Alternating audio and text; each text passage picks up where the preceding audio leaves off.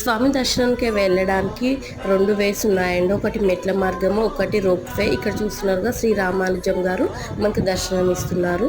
మెట్ల ద్వారం కాకుండా మేము రోప్ వేలో వెళ్ళామండి. రోప్ వేలో వెళ్తున్నప్పుడు కుడివైపు మీకు ఇలా విష్ణుమూర్తి అన్ని రూపాలలో దర్శనం ఇస్తారండి. తప్పకుండా వీక్షించండి. పెద్దవాళ్ళు, పిల్లలు ఉన్నవాళ్ళు రోప్ వేలో వెళ్ళడం కొంచెం బెటర్ అనిపిస్తుంది. ఎందుకంటే నడవలేరు కాబట్టి, స్టెప్స్ ఎక్కలేరు కాబట్టి. అండ్ ఇక్కడ మనకు వచ్చేసి గరుత్మంతుడు దర్శనం ఇస్తున్నారండి. ఇక్కడ చూస్తున్నారండి జనం ఎలా ఉన్నారో. మనకి కన్నులు చూస్తున్నంత మేరకు జనాలు అయితే ఉన్నారండి. అంత క్రౌడ్గా ఉంది. వీకెండ్స్లో చాలా ఎక్కువగా ఉంది.